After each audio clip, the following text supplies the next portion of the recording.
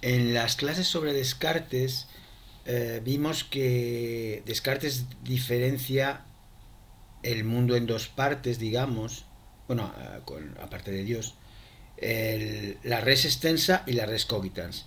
La sustancia pensante, res cogitans, y la sustancia extensa, que es el cuerpo.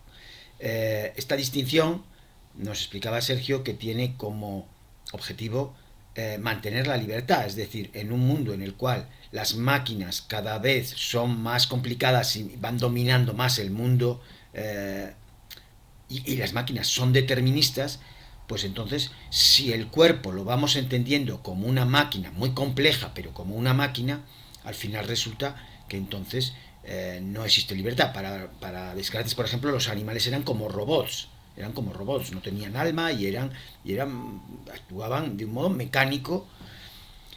Bueno, el caso es que él diferencia sustancia extensa, sustancia pensante. La sustancia pensante es libre, el pensamiento es libre, el alma es libre, pero el cuerpo es una máquina. El cuerpo es una máquina. Bueno, yo quería dar un salto al siglo XX y al siglo XXI para explicaros qué se cuenta hoy en día sobre el cerebro y sobre el cerebro sobre todo.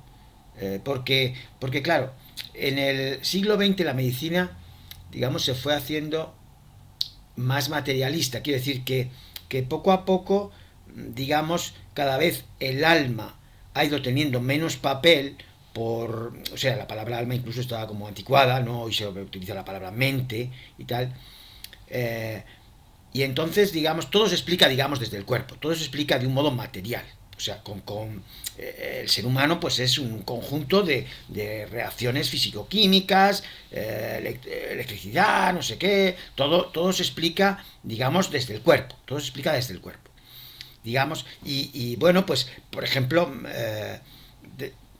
casi se piensa, o muchos científicos piensan, que del mismo modo que el estómago, digamos, hace la digestión, pues el cerebro piensa, es su función, es aquello, pero entonces digamos el pensamiento sale del cerebro y solamente no es una sustancia aparte, no hay una entidad que sea el pensamiento diferente del cerebro. Si no hay cerebro, no hay pensamiento, y solo porque hay cerebro, hay pensamiento. Sería eso, ya os digo, la digestión del estómago sería el equivalente, sería el pensamiento del cerebro. Bueno, el caso es que entonces la medicina se vuelve materialista y lo que sucede es que en el siglo XX se produce un nuevo dualismo. En lugar de alma y cuerpo, se produce un dualismo que es cerebro y resto del cuerpo. Cerebro y resto del cuerpo. Hay un libro que tengo aquí que es de Pousset, un divulgador científico, que se llama El alma está en el cerebro. El alma está en el cerebro. Eh, bueno, es un título así llamativo para decir que todo se explica desde el cerebro.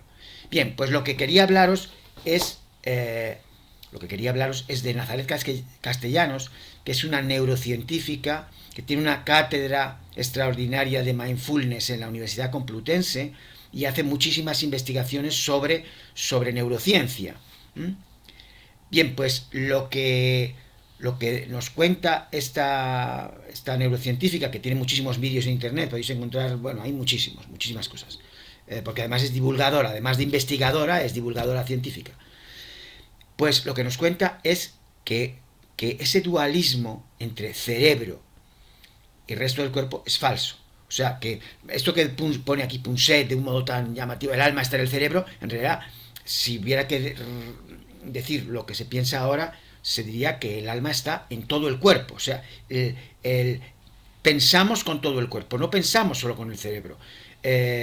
Os voy a colgar luego un vídeo de Nazaret Castellanos en el que se habla de postura corporal y cerebro, pero en realidad al comienzo quería que escuchéis los 5 primeros minutos.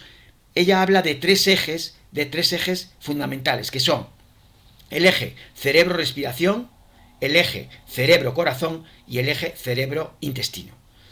Hoy se sabe que todos estos órganos influyen decisivamente para el pensamiento. O sea, no pensamos solo con el cerebro, sino que, por ejemplo, se sabe que la variabilidad cardíaca influye mucho, hay experimentos donde se comprueba esto, influye mucho en la memoria, en la cognición, ¿eh? Y se sabe también que, por ejemplo, el intestino, la microbiota, pues influye muchísimo, la microbiota intestinal influye muchísimo en el estado de ánimo de las personas, ¿eh? Entonces no solamente es el cerebro el que se pone triste, o se pone alegre, o se pone ansioso, no, si es que, por ejemplo, no sé si es el 80%, el 90% de la serotonina, que es un neurotransmisor necesario para que funcionen las neuronas, resulta que se fabrica en el intestino. O sea, se crea en el intestino por la microbiota. De modo que entonces, y el último eje que está sin nombrar es el respiración cerebro, es decir, esto lo puede comprobar todo el mundo, nuestro estado de ánimo se puede acelerar o tranquilizar en función de nuestra respiración.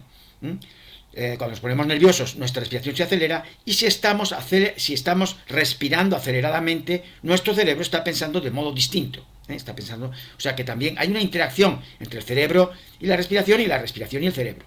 Bueno, pues todas estas cosas las cuenta muy bien Nazaret Castellanos, y hay vídeos cortos y vídeos largos de ella que podéis encontrar. Yo os voy a colgar uno en el que explica cómo comenzó ella, digamos, a investigar, y cómo esto es relativamente reciente, en 7 años, en 10 años es cuando se ha descubierto todo esto. Antes ella decía que en broma decían que a ellos solamente les importaba el ser humano del cuello para arriba. Bueno, pues hoy en día se está descubriendo que no, que pensamos con todo el cuerpo, sentimos con todo el cuerpo, vivimos con todo el cuerpo, no es solo el cerebro, o sea, el alma no está en el cerebro. El alma, quiere decir, la mente está en todo el cuerpo.